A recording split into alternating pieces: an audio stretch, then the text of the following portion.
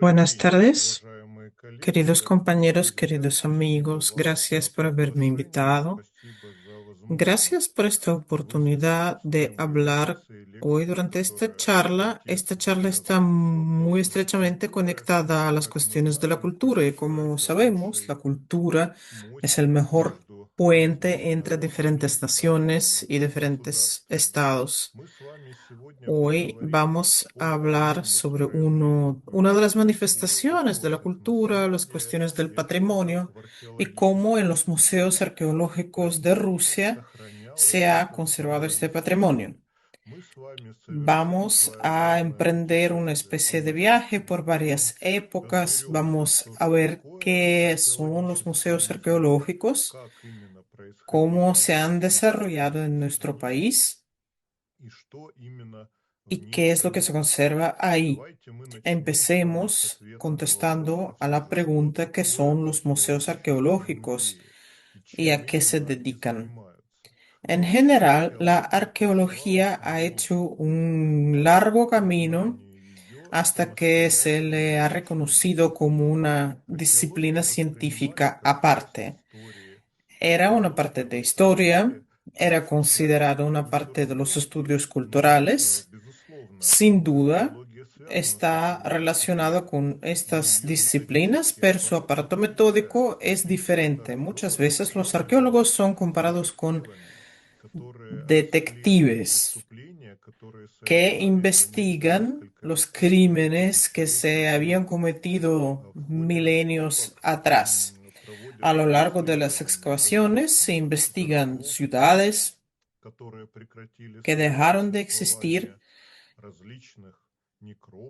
los necrópolis, o sea, cementerios y otros territorios de este tipo. Y según esta búsqueda, ya se hacen conclusiones sobre la existencia, la duración de la existencia de una población, de las naciones que poblaron nuestro país y otros países, de la interacción entre estas naciones y sus culturas. Muchas veces por una moneda hallada podemos juzgar no solamente en juzgar el desarrollo del mercado en una ciudad, sino también los lazos económicos entre los estados que existían en aquel entonces. La arqueología es muy multifacética y los hallazgos que se hacen en las excavaciones también son muy variados.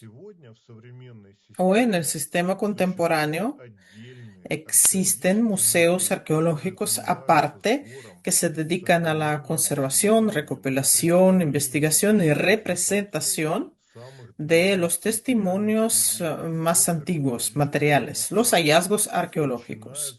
A partir de la profunda antigüedad, profunda prehistoria y ya terminando con la época que no está tan lejos de nosotros, unos 100 años. Hoy, en la mayoría de los países, según sus leyes, la arqueología empieza donde ya han pasado 100 años después de tal o cual acontecimiento, cuando tal o cual objeto fue creado. Estamos hoy en 2025 y ya los acontecimientos de 1925 pueden considerarse sujeto de la arqueología. Y los arqueólogos, ayudados por historiadores, ayudados por los de ciencias naturales, reconstruyen estos acontecimientos y nos enteramos de nuestra historia rica. Las exposiciones arqueológicas en este tipo de museos se estructuran sobre la base de la periodización, porque para un arqueólogo es muy importante saber cómo podríamos estructurar una exposición para el que lo ve sepa a qué época se refieren los objetos. Y es importante que el público entienda cómo vivían nuestros antepasados lejanos, qué les interesaba, qué objetos dejaron después de sí, etcétera. El mundo del pasado es asombroso, es multifacético. Y por eso los principios de la periodización que se usan en los museos arqueológicos son varios y podemos nombrarlos.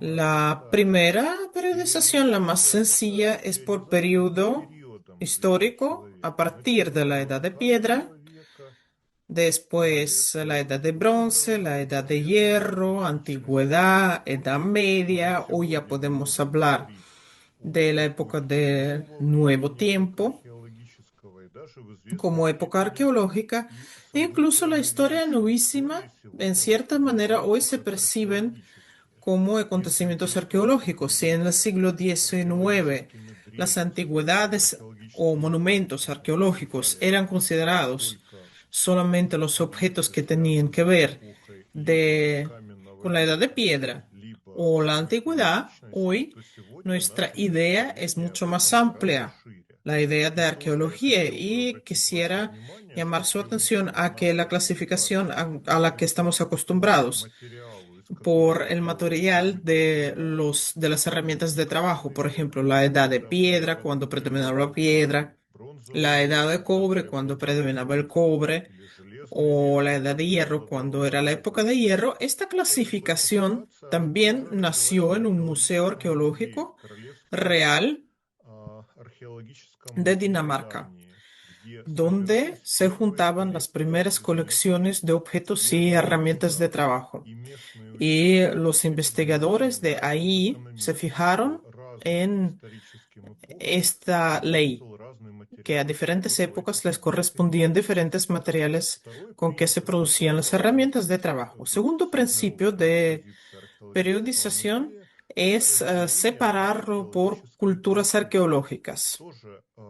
También, a lo largo de la historia antigua, existieron varios focos culturales y cada cultura tenía sus características. Aquí ven en la diapositiva unos objetos de la colección de uno de los museos arqueológicos rusos, y ven, aparte de otros objetos, hay cántaros de cerámica.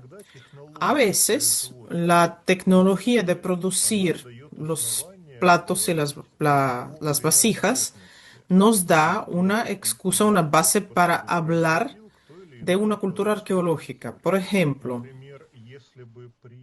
si a la hora de crearse esta cultura se usaran sogas, cuando una soga se cubre de barro y es la vasija, es una base para referirlo a una cultura. Diferentes cuellos, diferentes culos de estos cántaros también son base para referirlo a una tal o cual cultura. Y Rusia, como el país más grande del mundo por su tamaño, por supuesto, tiene en su territorio una gran cantidad de culturas arqueológicas que se refieren a diferentes periodos históricos. Podemos encontrar todas las épocas de la Edad de Piedra, el Paleolítico, el Mesolítico, el Neolítico, y también podemos encontrar diferentes objetos antiguos, y de esto también vamos a hablar hoy en el marco de nuestro encuentro. En el territorio ruso hay muchos monumentos medievales de la historia de la Rus antigua y otras naciones y civilizaciones, por ejemplo, Bizancio, etcétera. En este sentido, la Organización por Culturas Arqueológicas brinda a los museos arqueológicos rusos unas posibilidades muy amplias.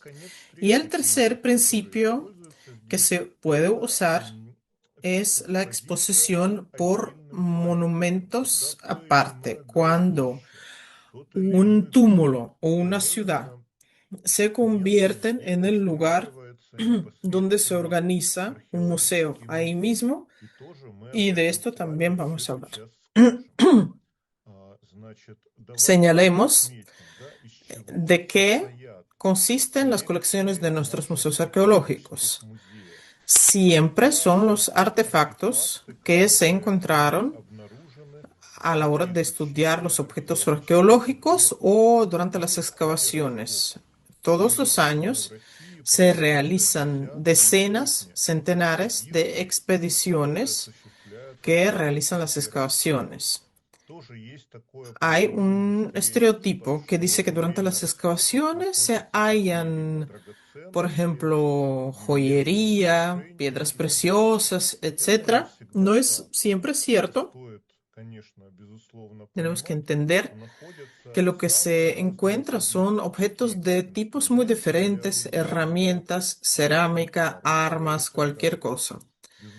Muchas veces, a lo largo de las expediciones arqueológicas, se hallan monedas que después son bases para colecciones numismáticas de museos arqueológicos y los museos en que predominan este tipo de objetos son los llamados museos de colecciones. Aquí ven en la diapositiva una parte de la exposición arqueológica del Hermitage y en una serie de casos los objetos en la tierra no son enteros y ahí es donde empiezan a trabajar los restauradores que de estos trozos restituyen a la vasija o limpian los objetos de la tierra o del barro para que el que visita el museo puede ver estos objetos en toda su belleza para que pueda imaginar qué pinta tenía.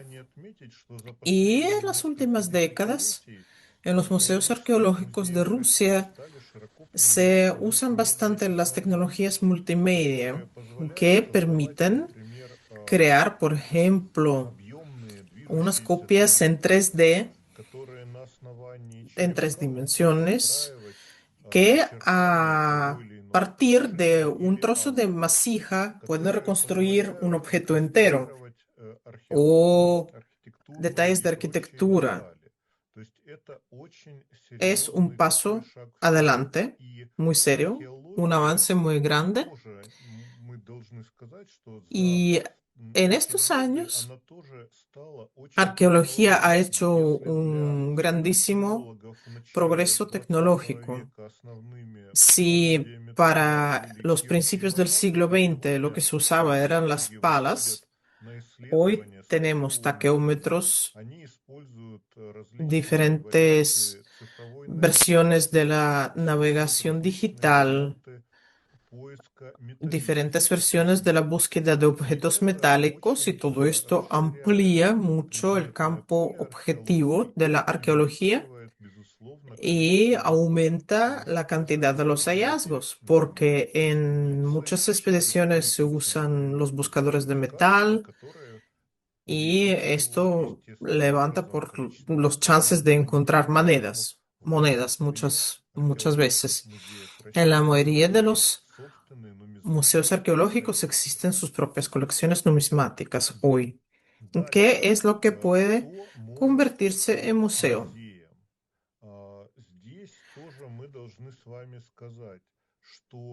Si hablamos de los objetos que están en la intemperie,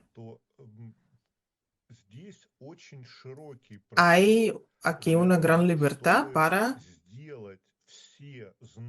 convertir todos los territorios importantes en museos, pero esto necesita una custodia por parte del Estado, pero también le permite a los visitantes de estos museos valorar cómo eran las ciudades antiguas y, por tanto, decimos que los objetos de museificación pueden ser unos conjuntos arqueológicos completos, los restos de poblaciones antiguas, ciudades, tumbas, túmulos, imágenes rupestres, etc.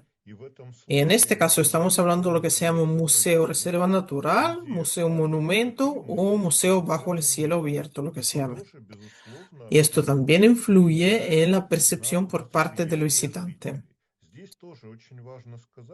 Muchos museos bajo el cielo abierto están en unos lugares de difícil acceso, porque son los lugares donde antes había poblaciones y nuestros antepasados muchas veces escapaban de los nómadas hacia las montañas, hacían fortalezas de difícil acceso, se salvaban de desastres, etcétera. Hoy muchas veces resulta que para un turista llegue a un museo arqueológico que es como reserva, que es monumento o que es un, lo que se llama un museo bajo el cielo abierto, hay que emprender un camino largo y difícil, pero vale mucho la pena. Ahí el visitante tiene una gama completa de impresiones, emociones, hace fotos, etcétera. Voy a subrayar una vez más que para Rusia es típica la variedad de cultura, la diversidad de las culturas que vivieron en su territorio. Y nuestros museos más grandes están dedicados a épocas históricas distintas y representan épocas distintas. Les voy a nombrar unas cuantas nada más y espero que algún día tenga la oportunidad de visitar estos monumentos y ver lo magnífico que es este ámbito restaurado por los arqueólogos y los profesionales que lo ayudaron. Por ejemplo, uno de los museos más grandes de Rusia, que tiene que ver con el Paleolítico, en la Edad de Piedra antigua, está en la región de Voronezh y se llama Kostyonki. Según lo que se encontró ahí, ven cómo en este museo están unificadas los restos de las poblaciones, los dioramas, otras imágenes, un mamut que también era un representante de la fauna de aquella época. O sea, es un museo a varios niveles y nos da a entender cómo era el mundo antiguo. Y vean, por ejemplo, cómo lograron conservar y museificar los restos de las viviendas de los hombres primitivos. No son cuevas, pero ni siquiera, ni tampoco son casas. Parecen como unos huecos protegidos que protegían de las precipitaciones, del viento y le garantizaban a las personas de aquella época una supervivencia. Otro sitio importante está en la región de Rostov. Es todo lo que se llama la Reserva Tanais y son restos de una ciudad antigua, de la antigüedad. Vamos a hablar todavía hoy de cómo Rusia descubrió su antigüedad. En el territorio ruso hay varias decenas de los restos de ciudades antiguas creados sobre todo por los griegos antiguos. Lo que es hoy el sur de Rusia era el fin del mundo, el fin del universo griego, lo ecúmene. Y era un lugar del exilio, a donde las personas llegaban buscando mejor suerte y en donde el Don entra en el mar de Azov, existe cierta cantidad de poblaciones griegas y los que están mejor conservados y los que se descubrieron por los arqueólogos y se conservaron, entre estos está Tanais.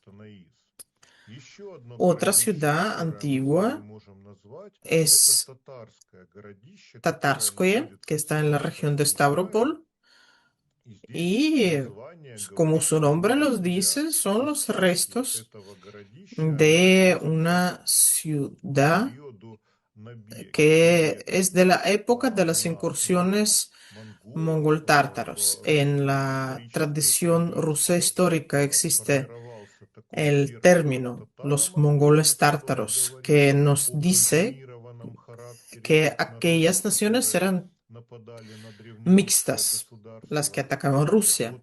Y uno de los sitios donde hay vestigios de esta cultura es la región de Stavropol, una historia asombrosa. En medio del bosque podemos sumergirnos en la Edad Media. Podemos ver cómo se formaron las poblaciones temporales, cuáles eran su estructura, qué hacían esas tribus que llegaron a unos territorios desconocidos para ellos. Y los trabajos, las obras de este sitio se llevan a cabo también ahora. Es un espacio que se amplía constantemente en nuestros museos bajo el cielo abierto, al aire libre. La Es como una característica bastante frecuente para estos museos. Siempre se amplían, siempre se hacen nuevos hallazgos que nos permiten ver mejor el pasado. Otro sitio del hombre primitivo en el territorio de Rusia está en la región de Vladimir, se llama Sungir. Y no lejos de las excavaciones también se hizo un museo arqueológico aparte donde, como pueden ver en la foto, se reproducen las tumbas. Lo que tenemos que decir también sobre Sungir es que en este sitio nunca paró la vida durante mucho tiempo. Aparte del Paleolítico, también hay vestigios de la época de la Rusia antigua y los pobladores que vivían antes ahí en esa época. Otro monumento asombroso está en la República de Carelia. Son los petroglifos del lago de Onega. Los petroglifos son las imágenes que se hacen en la piedra. Y en Carelia tenemos muchas imágenes de este tipo y no solamente se remontan a la Edad Media. Y los investigadores todavía intentan investigar, adivinar para qué se hacían estos petroglifos en las rocas. Son bastante grandes.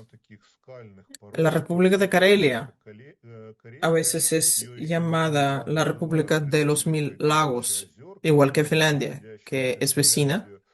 Hay unos cerros muy bonitos y una de las versiones sobre qué podrían significar estos petroglifos es que es el resultado de observar el cielo estrellado, pero no lo podemos decir con exactitud. También es típico para la arqueología.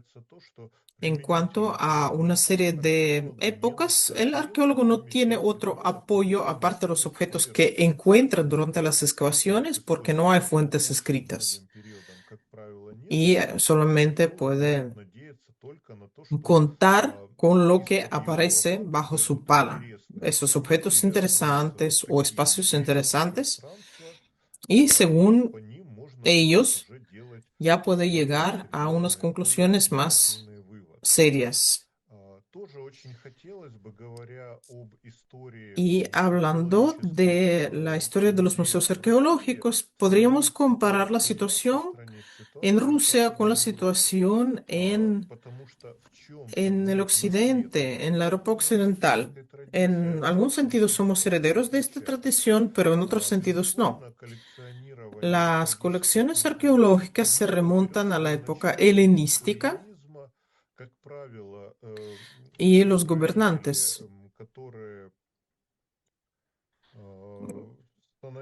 de los estados que aparecieron en el antiguo imperio de Alejandro Magno coleccionaban los objetos de las naciones conquistadas. Después viene el Renacimiento, los papas coleccionaban las estatuas antiguas y las protegían de la eliminación. Y ya en el siglo XVIII, de hecho, la arqueología empieza a desarrollarse, se crean los primeros museos. Ustedes todos conocen el Museo de Nápoles, que se creó en 1738-48 y conservó las excavaciones de Herculano y Pompeya, que perecieron por la erupción del Vesubio. Pero este museo y muchos otros estuvieron cerrados durante mucho tiempo. Solamente podían ver sus tesoros los invitados de la corte napoletana. Y en 1753 se inauguró el Museo Británico y en 1793 se abrieron, después de la Gran Revolución Francesa, las colecciones del Louvre, donde había muchos objetos de gran importancia arqueológica.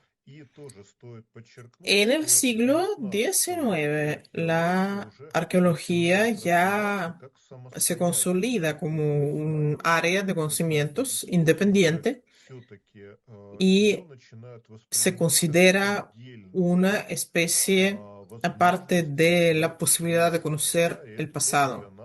Y es importante para nosotros. En cuanto a Rusia, aquí comparando entre Europa Occidental y su experiencia y nuestra experiencia, podemos decir, las primeras colecciones de la antigüedad fueron dentro de los monasterios, todavía durante el Estado ruso antiguo.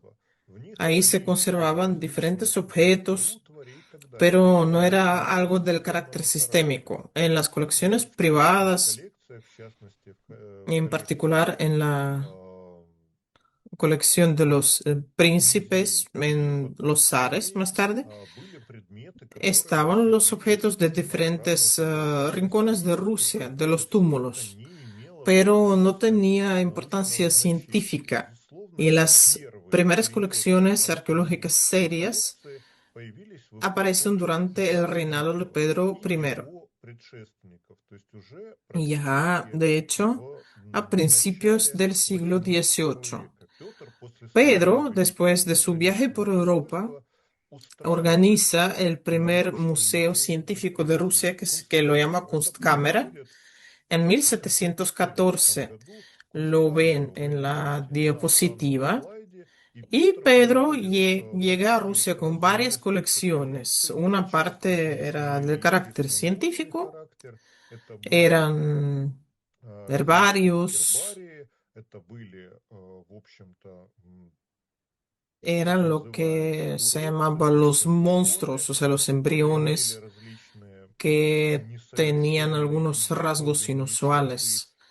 Pero entre estos objetos también estaban algunos que eran los hallazgos de las excavaciones en diferentes territorios. Y de esta manera se convirtieron en una parte de la colección científica de la Kunstkamera. Y ya después el Museo Hermitage se convirtió en una colección también muy poderosa. ¿Cuál fue también el mérito de Pedro para la arqueología rusa? Él ordenó que todas las obras, todas las excavaciones se hicieran en su país, si a lo largo de estas obras se encontraban algunas curiosidades, como decían en aquel entonces, todas esas curiosidades tenían que entregarse al Estado. Eso, los objetos eran de gran importancia. Había que dirigir esos objetos a San Petersburgo y esto influyó mucho en ampliar la colección de Kunstkamera. Lo más significativo, lo más importante, terminaba siempre en la nueva capital de Rusia, que era San Petersburgo. En 1764, según la solución de Catalina II, la emperatriz, se crea el Museo Hermitage, que originariamente también era un museo cerrado, privado, para los invitados de la emperatriz. Y Catalina puso muchas finanzas en que el Hermitage comprara los objetos de arte y las curiosidades también. Solamente se abrió para el público ya en la época de Nicolás I, 1852. Pero en los primeros años de su existencia, que hoy está en el top 10 de los museos más visitados del mundo, Hermitage se concentraba no solamente en las obras de arte, no solamente pinturas o tapices, también llegaban a su colección los objetos arqueológicos, ya que Catalina era muy influenciada por las ideas de la Ilustración. Para ella era sumamente importante coleccionar objetos de la Grecia antigua y Roma antigua. Y por tanto, desde Italia y otros países europeos llegaban a Rusia, eran llevados diferentes objetos y gracias a eso, Hermitage pudo formar una colección muy significativa con los mejores ejemplos de la escultura europea. Y poco a poco se creó la tradición, siguiendo la solución de Pedro, que los mejores objetos que se encontraran durante las excavaciones, ya centralizadas, tenían que ir a San Petersburgo y era una especie de desbalance. En la colección del Hermitage podemos encontrar las obras sofisticadas de la antigüedad, joyas, ah, lápidas, inscripciones. Y en los lugares donde se encontraron, se conservaban o las copias o los monumentos dañados y fue por supuesto un empobrecimiento para esos lugares, pero sí un enriquecimiento para el Hermitage. Por ejemplo, pueden ver las estatuas de los leones de Panticopea. Son figuras de gran maestría. Los leones parecen vivos. Son las obras de los grandes maestros griegos que por alguna casualidad estaban en el territorio de lo que hoy es Rusia. En las colecciones del Hermitage también se ven muchos objetos que a lo largo de varios siglos se hallan durante las expediciones arqueológicas, incluyendo las expediciones que se llevan a cabo por Hermitage mismo. Y ahí ven en esta diapositiva en las fotos de los objetos que tienen que ver con la historia de la costa norte del Mar Negro, de la civilización antigua griega. Pero también tenemos que mencionar una cosa. Durante mucho tiempo Rusia no tuvo ninguna antigüedad, ningún periodo antiguo. O sea, dentro de Rusia no había territorios que estuvieran relacionados con Roma antigua o Grecia antigua. Y esta situación se corrigió durante el reinado de Catalina II o Catalina la Grande a finales del siglo XVIII. El Imperio ruso ensanchó sus límites y ya están dentro de su territorio Crimea, la costa norte del Mar Negro, parte del Cáucaso, y ahí sí que existían poblaciones griegas y bizantinas.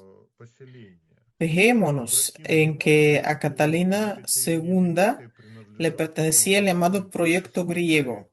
Ella estaba pensando en restituir el imperio bizantino bajo el patronazgo del imperio ruso. En estas condiciones, Catalina le daba a las ciudades que se fundaban en los nuevos territorios conquistados los nombres griegos. Por ejemplo, Sebastopol, Simferópol, Quersoneso, Quersón, y etcétera. Y tenemos que entender que era parte del proyecto griego, no era una casualidad, no eran nombres casuales y muchas veces eran para glorificar las ciudades que como se consideraba habían existido en esos territorios. Pero muchas veces se equivocaban los que lo hacían, los que daban esos nombres. Porque, por ejemplo, en cuanto a Gersón, se refiere a Quersoneso en griego, lo que quiere decir península. Y el Quersoneso de Táuride estaba en Crimea, como ya sabemos con exactitud, y no en el territorio del continente, cuando Gregorio Potemkin lo nombró Querson en los años 1780, estuvo equivocado. Catalina la Grande en 1780, en los 1780 realiza lo que se llama el viaje táurico. Todavía se considera el viaje más caro de la historia. Se gastó muchísimo dinero para este viaje de Petersburgo a Crimea. Ven la diapositiva, la imagen alegórica de este viaje. Y a lo largo del viaje, Catalina observa lugares de interés en Crimea y ella y los cortesanos tienen muchas ideas sobre cómo investigar estos territorios. En 1783, Crimea se convierte en parte del Imperio ruso y al título de los emperadores rusos se le añade el gobernante de Quersoneso Táurico. Y todavía vamos a hablar de por qué sucedió. Es un momento simbólico en realidad y es testimonio de la importancia que se le daba a aquellos territorios. Pero para 1783, 1787, Quersoneso estaba bajo tierra. Todo el mundo conocía dónde había estado más o menos, pero no había excavaciones, no se llevaban a cabo. Y durante largo tiempo, a pesar de su importancia, Quersoneso estaba abandonado. Pero Rusia obtuvo su antigüedad. Esto coincidió con las ideas de la Ilustración. Y en esa época, los nobles ya empiezan a interesarse directamente por dónde conseguir antigüedades, cómo podrían coleccionarlos, y el Estado los apoya. El museo propiamente arqueológico, el primer museo propiamente arqueológico,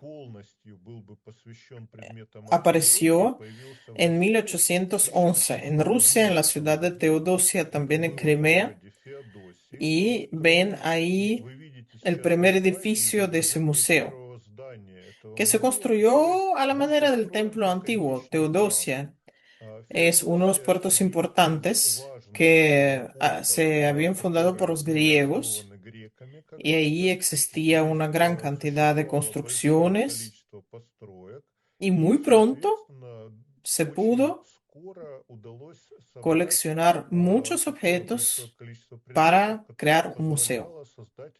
Es importante que las primeras personas que buscaban las antigüedades eran los nobles y los funcionarios locales, y los funcionarios sobre todo de las aduanas.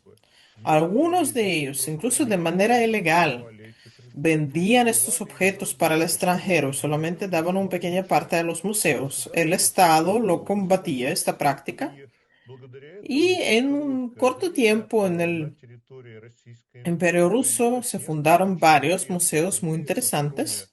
Aparte del Museo de Teodosia, podríamos recordar el museo en otra ciudad de Crimea que se llama Kerch. También me gustaría detenerme en otro aspecto.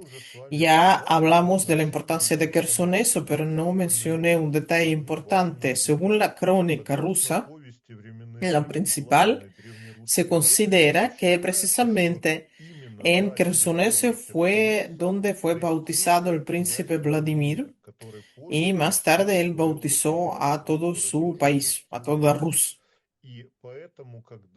Y cuando Quersoneso se convirtió en la parte del Imperio ruso, muchos se pronunciaron sobre que había que encontrar la cuna donde se bautismó Vladimir, pero nadie sabía dónde estaba aquella cuna.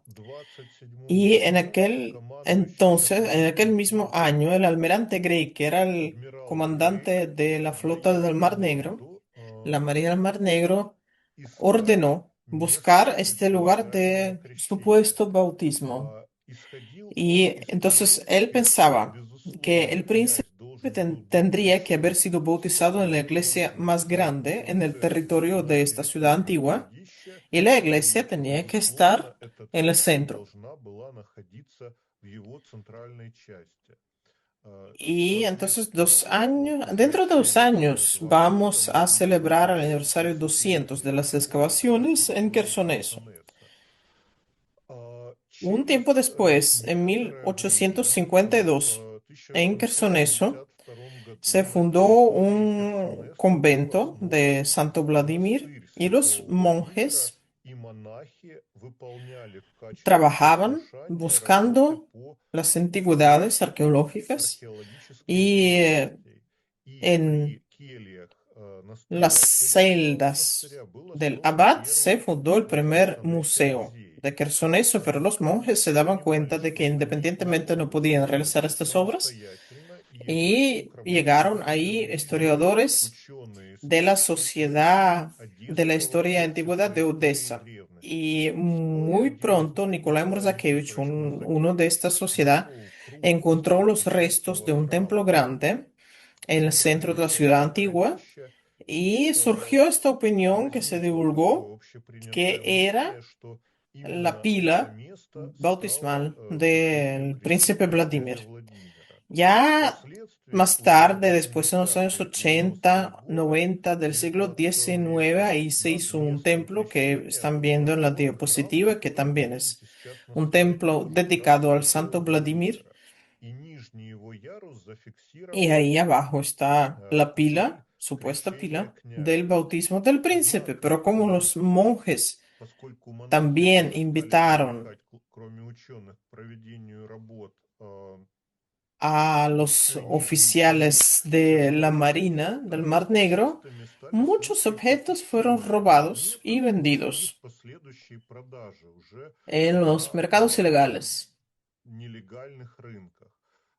Y al saberlo, la condesa Praskovia Uvarova le puso una carta al emperador Alejandro III, quien prohibió al convento realizar excavaciones y pasó estas excavaciones a la Comisión Arqueológica Imperial, porque Alejandro III escuchó a la condesa Uvarova. Su esposo era el conde Alexei Uvarov, uno de los fundadores, uno de los próceres de la arqueología en Rusia, hijo del ministro de Educación Sergei Uvarov, quien hizo mucho para las excavaciones y Uvarov tenía la experiencia de excavar en Quersoneso.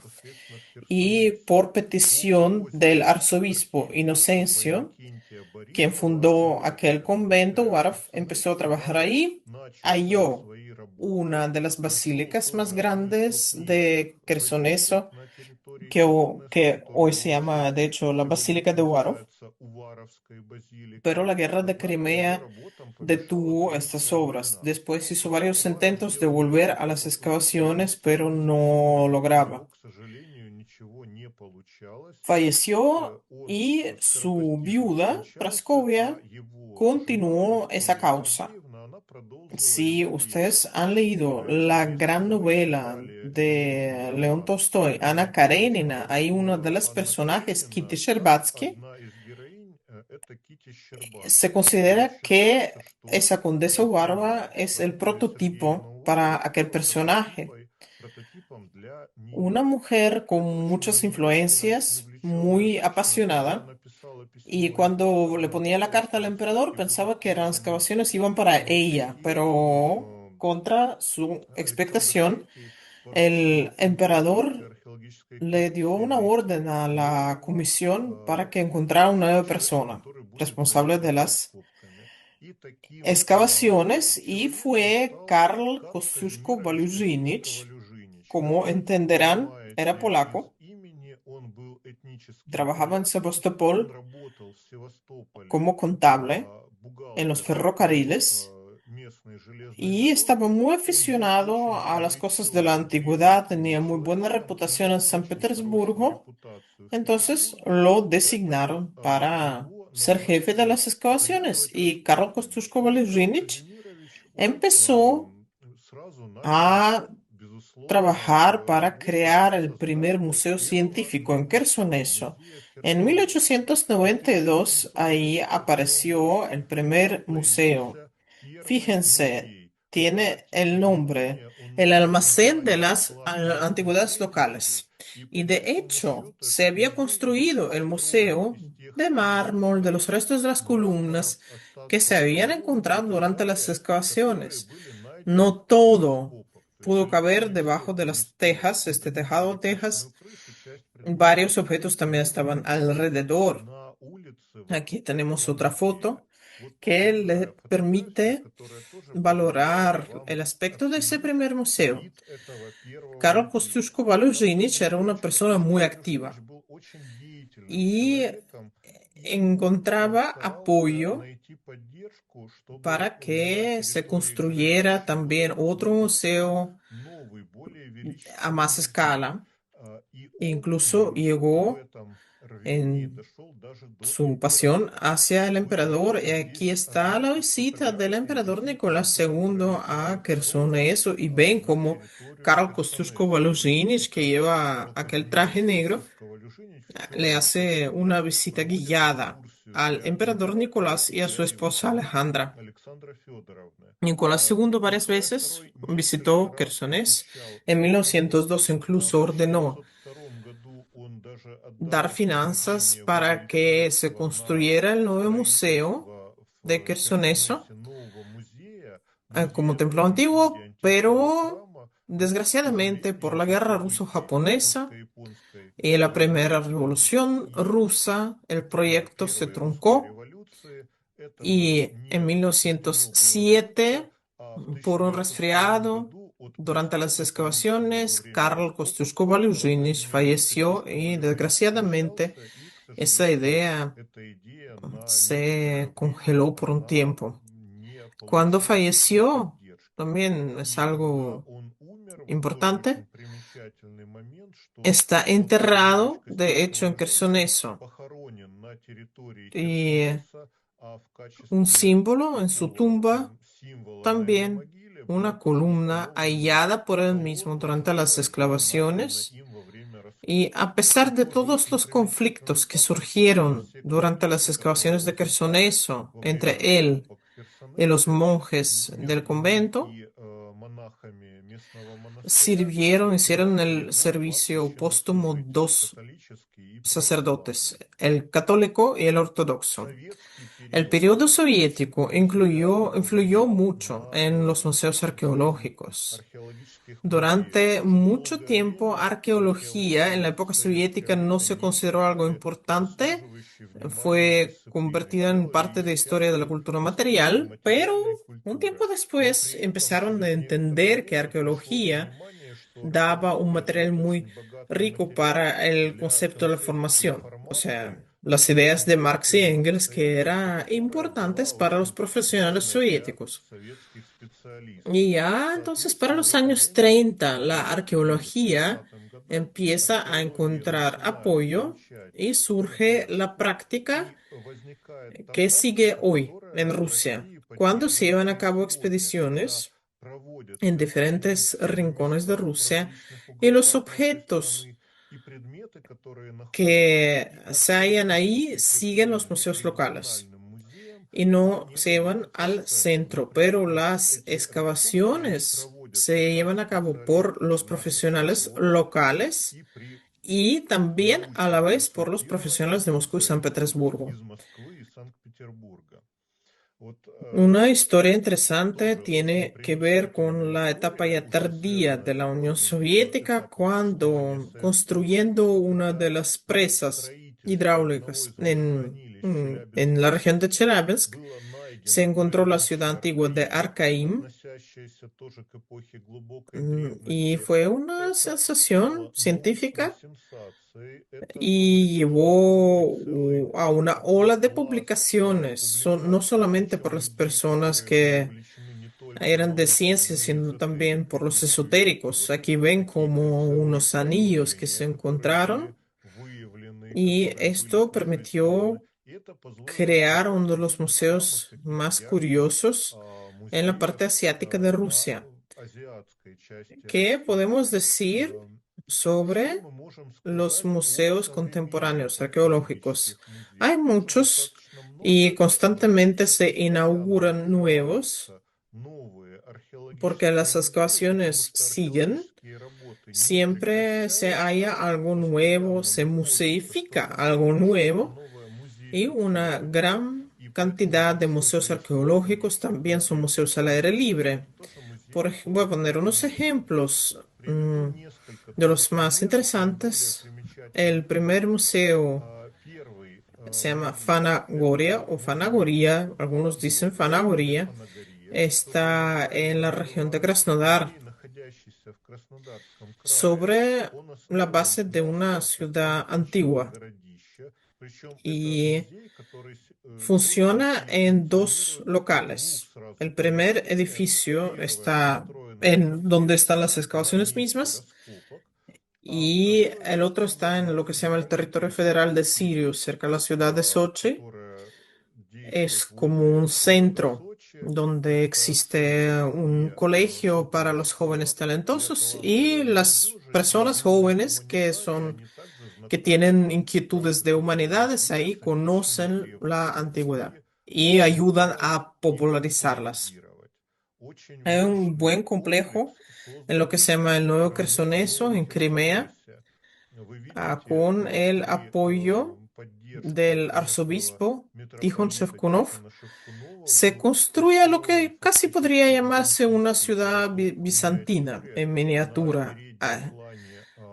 Aquí tenemos como un templo parque al aire libre y si comparan lo que está arriba de las tejas rojas a este nivel, más de 10 metros, se había excavado la tierra en los lugares donde nunca se habían realizado antes. Se encontró el río Geraún, que llevaba agua al Quersoneso antiguo. Se hallaron muchos artefactos importantes, más de 1 millón de objetos, y van a estar en el Museo Renovado de Crimea Antigua y Bizantina. Es un gran complejo museístico. Y por supuesto, yo no puedo sino mencionar el Museo de la Arqueología de San Petersburgo. Nuestra ciudad se creó por Pedro I en 1703 y hoy los profesionales de ese museo realizan las obras que ayudan a que sepamos más sobre la época petrina, sobre las poblaciones que habían existido antes de fundarse la ciudad, ya que el noroeste ruso tiene que ver con la época de la Rusia antigua, con las actividades del príncipe Alejandro Nevsky y otros acontecimientos importantes. El Museo de la Arqueología de San Petersburgo Tiene muchos egresados de nuestra universidad y también continúan realizando descubrimientos. Y espero que ustedes tengan el chance de visitar San Petersburgo, Rusia y todos los museos que hoy he mencionado durante nuestro encuentro. Les agradezco su atención y espero que tengan alguna pregunta para mí y espero que pueda contestarlas. Espero que haya estado interesante la charla. Muchas gracias por su atención.